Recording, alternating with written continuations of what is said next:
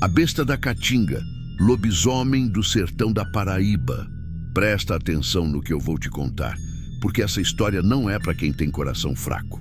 Aqui no sertão da Paraíba, onde o sol racha o chão e a Caatinga se estende seca até o horizonte, a gente sempre viveu na sombra do medo. Mas não era medo de seca ou de bandido, era medo do que andava na noite, do que a gente chamava de lenda, até que parou de ser. Meu nome é Zé, e o que eu vi, nenhum homem devia ver e continuar vivendo. Em paz. Eita sertão arretado esse nosso, onde a fé é grande, mas o bicho que nos persegue é maior. Tudo começou devagar, como a água que some na terra rachada. Primeiro sumiram uns bodes, o gado mais fraco. O povo falava que era onça, bicho da mata, mas as marcas eram marcas que não combinavam com nada que a gente conhecia. Patas enormes, de mais de 30 centímetros, e a carne, quando achada, parecia ter sido rasgada por 1000 navalhas, com ossos mastigados como se fossem palitos. Eu sou caçador, aprendi a ler a terra. Sei distinguir a pisada de um cachorro da de um porco do mato, mas isso era o capeta em forma de bicho. A coisa escalou rápido. Não demorou para os ataques chegarem perto das casas, com urros que pareciam rasgar o céu escuro e fazer o sangue gelar nas veias. A gente tentou se defender com espingarda, com facão, com reza. Nada adiantava. Essa criatura, essa besta da Caatinga, era rápida demais, forte demais. E o pior, parecia que ela tinha inteligência. Ela sabia onde estávamos.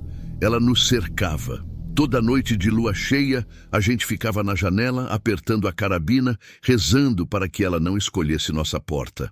E a cidade, antes cheia de vida, virou um cemitério em vigília. Os fazendeiros desesperados vieram até mim, o único que ainda tinha coragem de sair na escuridão, implorar por ajuda. Eles sabiam que, se eu falhasse, o sertão seria dela, e a gente não passaria da próxima lua. Eu senti o peso da vida de toda a comunidade nos meus ombros. Não era só uma caçada. Era uma guerra pela sobrevivência contra algo que a ciência não explica e a igreja só sussurra. Eu peguei meu facão de prata, meu patativa e disse que ia. Se o bicho era lenda, ele ia virar poeira sob minhas mãos. Mas e você, meu amigo? Já viveu algum medo tão grande, tão palpável, que fez você questionar a realidade? Deixa aí nos comentários, porque eu quero saber se o que eu vi tem nome em outro lugar. Eu saí de casa antes do sol nascer, com o cheiro da pólvora velha na roupa e a promessa de Mainha de que ela rezaria até o meu retorno, vivo ou morto. O rastro do bicho me levou para o sítio do Coronel Lauro, onde o ataque tinha sido mais recente e mais violento. A cena era um banho de sangue que nem nos filmes mais violentos se via. O curral estava destruído, tábuas partidas como se fossem palitos de fósforo. E o cheiro, Deus do céu, o cheiro, não era só sangue, era um odor fétido, de carne podre misturada com pelo molhado e excremento azedo, algo que grudava na garganta e fazia os olhos lacrimejarem. Eu me agachei e examinei a terra seca.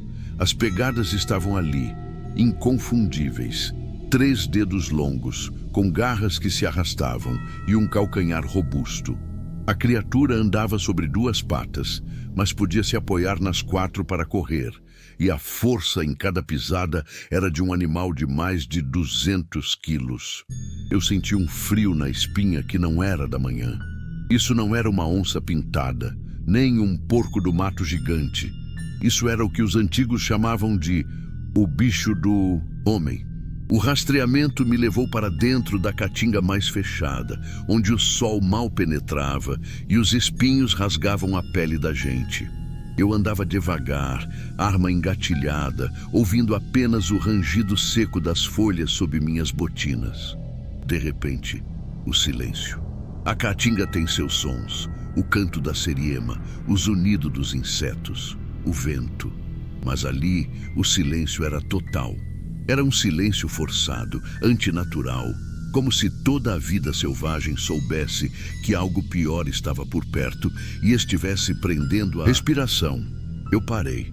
Havia uma árvore de juazeiro antiga com galhos retorcidos e nela a primeira prova macabra. Preso a um galho alto havia um pedaço de tecido, um farrapo de camisa xadrez que reconheci imediatamente. Pertencia a Joaquim, o vaqueiro que sumiu há 3 luas e que o povo achava que tinha fugido. Mas Joaquim não fugiu. Ele foi puxado para cima com força descomunal, o tecido rasgado de cima para baixo. Olhei para o chão, procurando rastros de luta. Havia apenas uma mancha, escura, já seca, e ao lado um pedacinho de osso pequeno, liso, talvez um pedaço de falange. O monstro não apenas matou, ele se alimentou, e a inteligência que senti na forma como ele se movia se confirmou. Ele limpava o rastro, mas deixava à mostra como um aviso. Naquele momento a lenda virou certeza e o medo virou ódio. Eu não estava mais caçando um animal, estava caçando um demônio e eu sabia que ele estava me esperando. A caatinga fechada, antes meu lar, agora parecia a entrada de um inferno particular. Eu peguei o farrapo, guardei no bolso e segui o rastro de destruição. O rastro me levou mais fundo, para a região das serras, onde as pedras eram maiores e o terreno mais hostil. Eu tinha que ser mais esperto que o bicho. Ele atacava à noite, mas tinha que se esconder durante o dia. Procurei por cavernas, por reentrâncias nas grandes rochas que pontilham o sertão. O sol estava a pino, castigando minha nuca, mas o suor não vinha do calor, vinha da tensão. Finalmente, cheguei a um paredão de pedra imponente, rachado no meio. Havia uma abertura escura, protegida por arbustos secos, difícil de notar se você não soubesse o que procurar. E o cheiro. O cheiro de enxofre e podridão que exalava daquela fenda era tão forte que quase me fez vomitar o café da manhã. Era a toca da besta. Eu me aproximei devagar, carabina levantada. A entrada era estreita, mas as marcas de arranhões nas pedras de granito ao redor mostravam que algo muito grande e forte passava por ali frequentemente. As garras tinham riscado o mineral duro. Eu acendi a lanterna e mirei para dentro. O ar lá dentro era denso, pesado. Eu não podia entrar sozinho. Um tiro no escuro não seria suficiente, e ser pego em um espaço confinado seria morte certa e dolorosa. Eu me afastei um pouco, mas mantive os olhos grudados na entrada. Foi então que ouvi um som vindo de dentro da caverna. Não era um rugido, mas um som de respiração pesada, arrastada, gorgolejante, como se o bicho estivesse digerindo algo, ou pior, como se estivesse mudando de forma. Eu podia ouvir o estalo de ossos e o atrito de pele grossa. Meu corpo inteiro tremia, mas eu não podia fugir. Eu tinha que saber o que estava enfrentando. Olhei para o chão e, perto da entrada da caverna, havia algo que me fez parar o coração. Um par de botas de couro, limpas, deixadas cuidadosamente ao lado de uma trouxa de roupas amassadas. Roupas de gente. Não eram farrapos como o do vaqueiro. Eram peças inteiras, dobradas. A besta não era apenas uma fera. Era algo que podia se despir. Ela era um homem que se transformava, um lobisomem, exatamente como as histórias que Mainha contava para nos assustar quando éramos crianças. A realização me atingiu como um raio. Essa criatura tinha uma vida dupla, talvez até andasse entre nós durante o dia, fingindo ser gente de bem. A paranoia era a nova arma do monstro.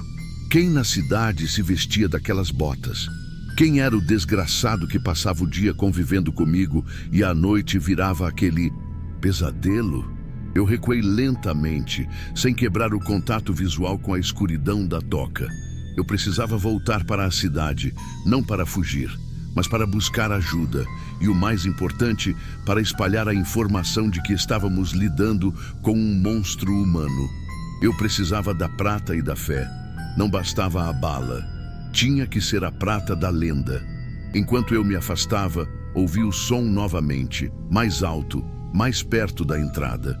Um rosnado baixo, profundo, que reverberou nas pedras. Ele sabia que eu estava lá. Ele me permitiu sair, como um predador que brinca com sua presa. Voltei para a fazenda de Pedro, o maior proprietário da região e o mais desesperado. Eu não podia espalhar a verdade para toda a cidade.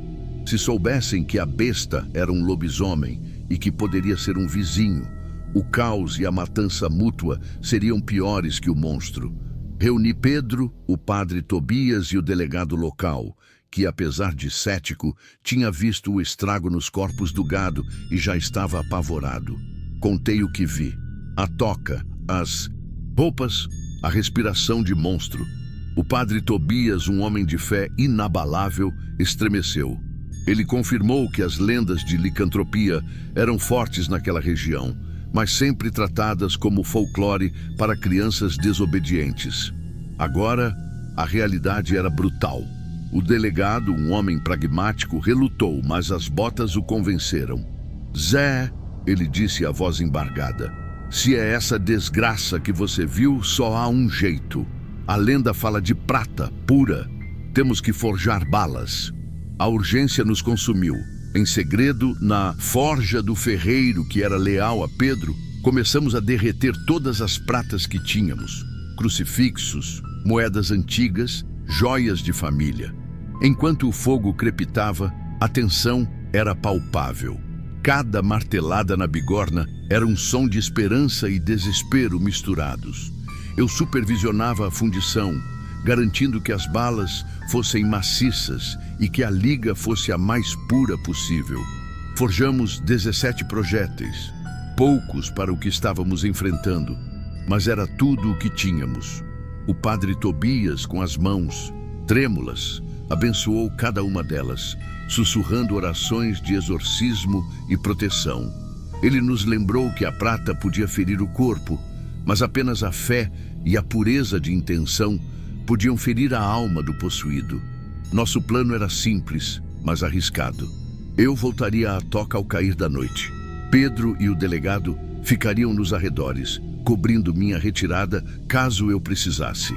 O lobisomem atacaria na próxima noite de lua cheia, que seria em 2 dias. Eu não podia esperar. Tinha que pegá-lo no seu covil, no dia em que estivesse vulnerável, ou seja, na sua forma humana ou meio transformada. Se esperássemos a lua cheia, ele estaria no pico de sua força bestial, e nenhuma prata seria suficiente. Eu limpei minha carabina patativa e carreguei-a com as balas de prata. O peso do metal parecia queimar minha mão. Eu senti a responsabilidade esmagadora. Se eu atirasse no homem errado, seria um assassino. Se eu hesitasse, o monstro mataria mais inocentes. O sol começou a se pôr, tingindo o céu de um vermelho doentio, e a escuridão da caatinga parecia sugar a luz rapidamente. Eu me despedi dos homens, sabendo que essa poderia ser a última vez. Eu tinha a prata, a coragem e a certeza do que precisava ser feito. Mas encarar um lobisomem em seu covil, no meio da noite, era um convite para a morte. Eu voltei para o sertão, o coração batendo como um tambor descontrolado. Cheguei perto do paredão de pedra quando a escuridão estava total, densa, sem estrelas, apenas a lua crescente, que mal iluminava o solo. A toca parecia um buraco negro engolindo qualquer som ou luz. O cheiro de podridão estava mais forte. Eu me posicionei atrás de uma moita de mandacaru seco, a uma distância segura, mas com boa visada para a entrada da caverna.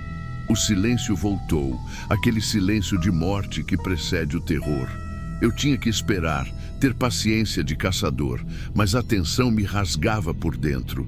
Eu passei horas ali, ouvindo o vento seco e sentindo os insetos picando minha pele. A carabina estava fria, mas meu suor a aquecia. Quase pensei que o bicho tivesse me farejado e fugido quando o som começou.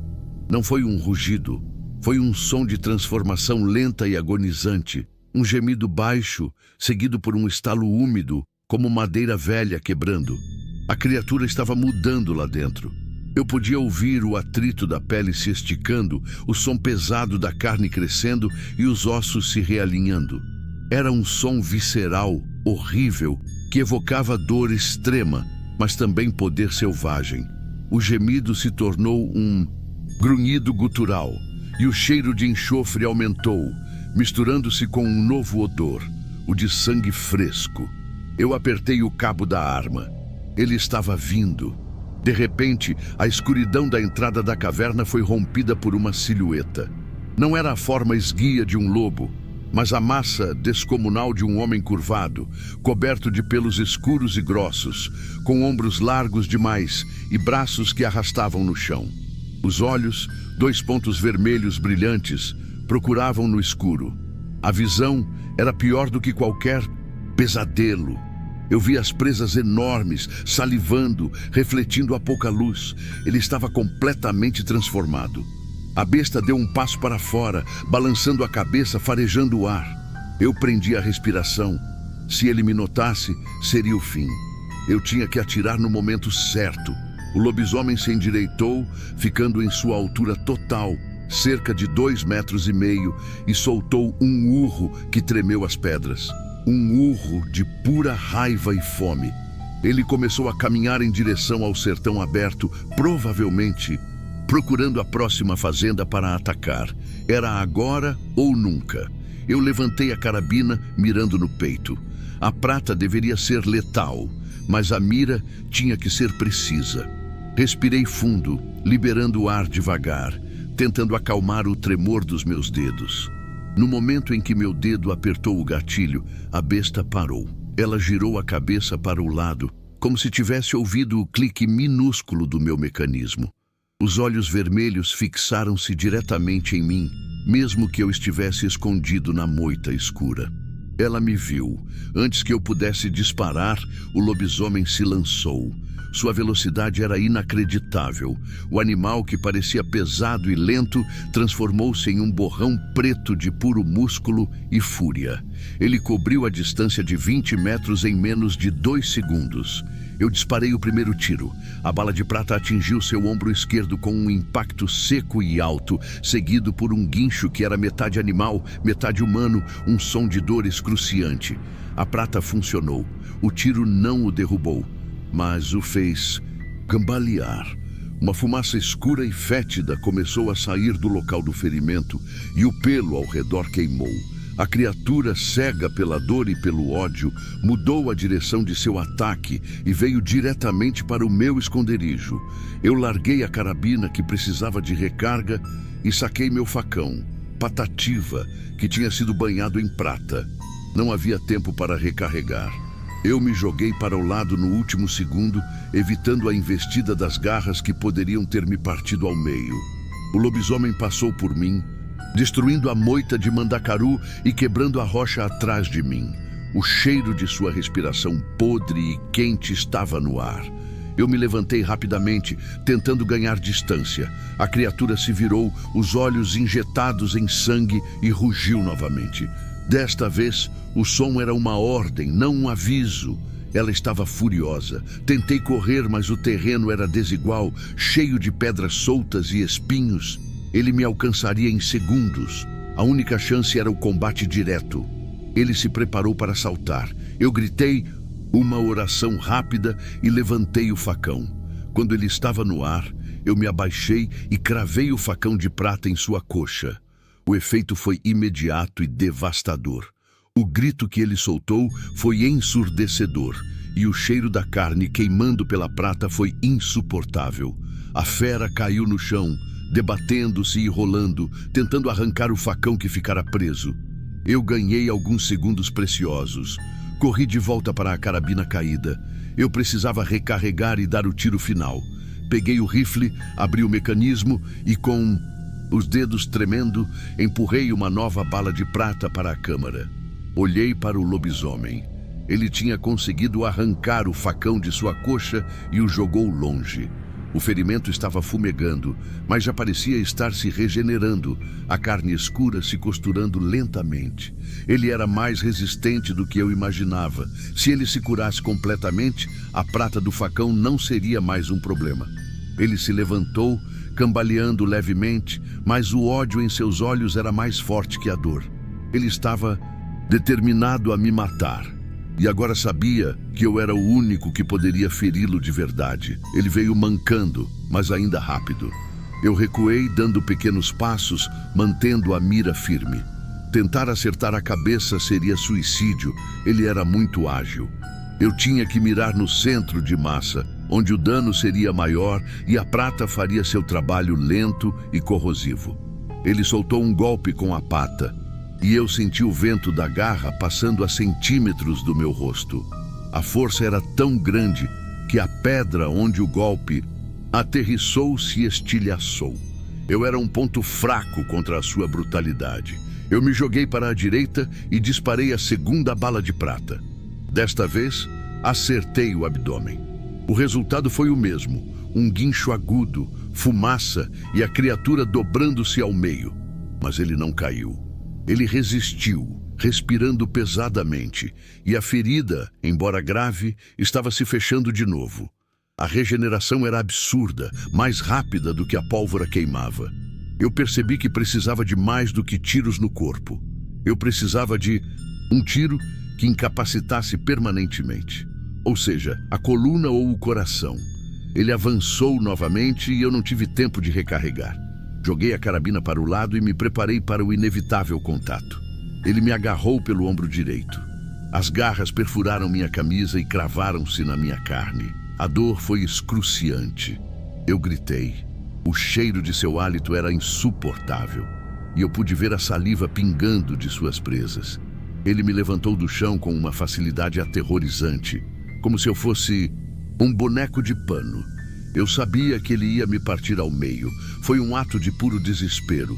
Com a mão esquerda livre, alcancei a cintura e puxei o revólver secundário que eu sempre carregava, uma arma menor, mas com mais balas de prata que eu tinha feito.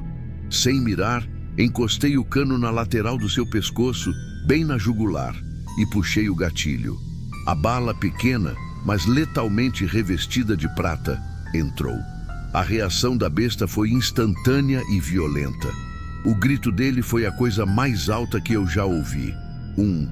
Som que fez meus tímpanos doerem e que certamente alertou Pedro e o delegado, a quilômetros de distância. Ele soltou meu ombro e começou a se debater, cambaleando, segurando o pescoço que fumegava. A prata no pescoço era crítica, atingindo uma área de alta circulação e destruindo o tecido nervoso. Ele caiu de joelhos. Eu caí no chão, agarrando meu ombro ensanguentado, sem tirar os olhos da besta. Ele tentou levantar, mas seus movimentos estavam descoordenados. Ele urrava, mas agora o som era de desespero e agonia, não mais de fúria. A prata estava matando-o lentamente de dentro para fora. Eu tinha que acabar com isso antes que ele se regenerasse, ou que eu perdesse a consciência pela dor no meu ombro.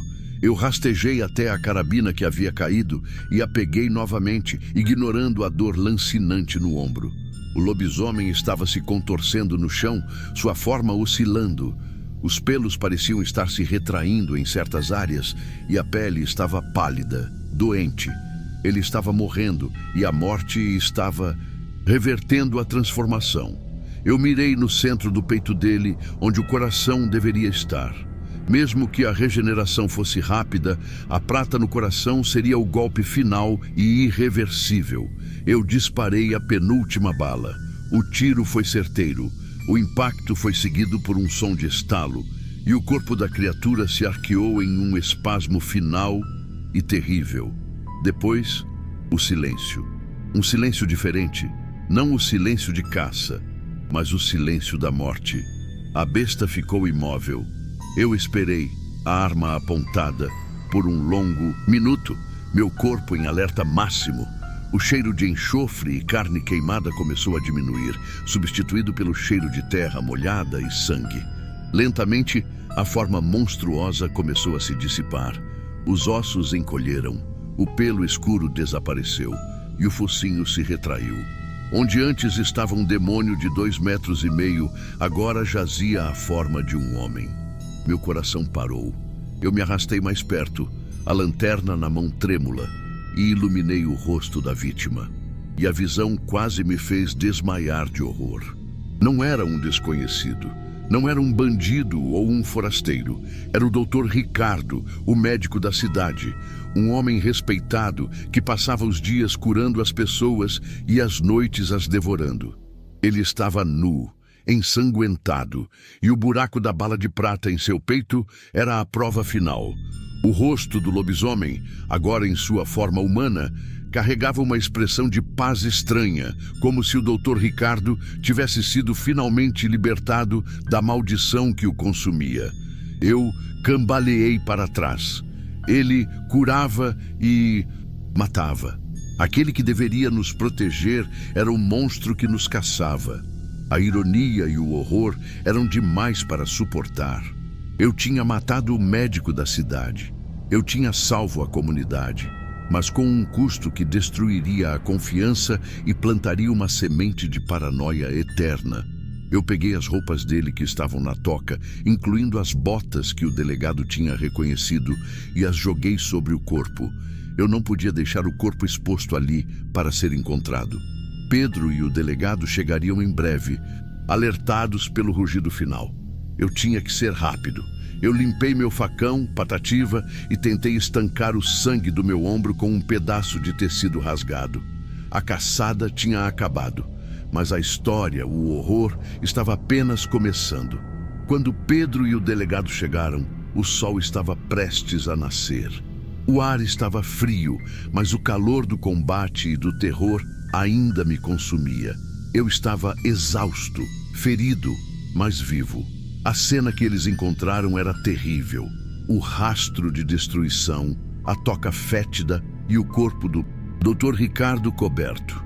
Eu não precisei dizer muitas palavras. A verdade estava estampada na violência do local e na paz mórbida que cobria o rosto do médico. O delegado, depois de um longo silêncio, apenas acenou com a cabeça. Ele entendeu. Nunca poderíamos contar a verdade completa para o povoado. Se soubessem que o médico, o Dr. Ricardo, era a besta, a confiança de toda a região seria destruída e a fé no próximo jamais se recuperaria. Decidimos que a história oficial seria que o Dr. Ricardo, em um ato de heroísmo desesperado, tinha confrontado e ferido a besta, mas sucumbido aos ferimentos antes que eu pudesse chegar. O monstro teria sido espantado para sempre por mim, o caçador. Enterramos o lobisomem em segredo, bem fundo, selado com sal grosso e sob orações do padre Tobias, para garantir que aquela maldição não voltasse a atormentar o sertão. O medo não sumiu. Ele apenas mudou de forma. Agora, eu sei que o mal não vive apenas nas lendas distantes. Ele veste roupas limpas, ele sorri para você na rua, ele te trata no consultório. O monstro mais assustador não é o que ruge, mas o que disfarça. Eu salvei a cidade, mas perdi a minha paz. Toda noite de lua cheia, eu ainda acordo suando frio, checando a fechadura e o estoque de prata. A ferida no meu ombro sarou, mas a cicatriz é um lembrete constante daquele cheiro de enxofre e daquele olhar vermelho que me fixou na escuridão. O sertão está em silêncio agora, mas é um silêncio tenso, à espera. Porque eu sei, lá, no fundo da minha alma, que o Dr. Ricardo não era o único homem amaldiçoado no sertão da Paraíba. E o terror que combatemos com a prata é um terror que jamais morre. Ele apenas espera a próxima lua para se manifestar novamente. Eu continuo vigiando. E você, durma bem se puder.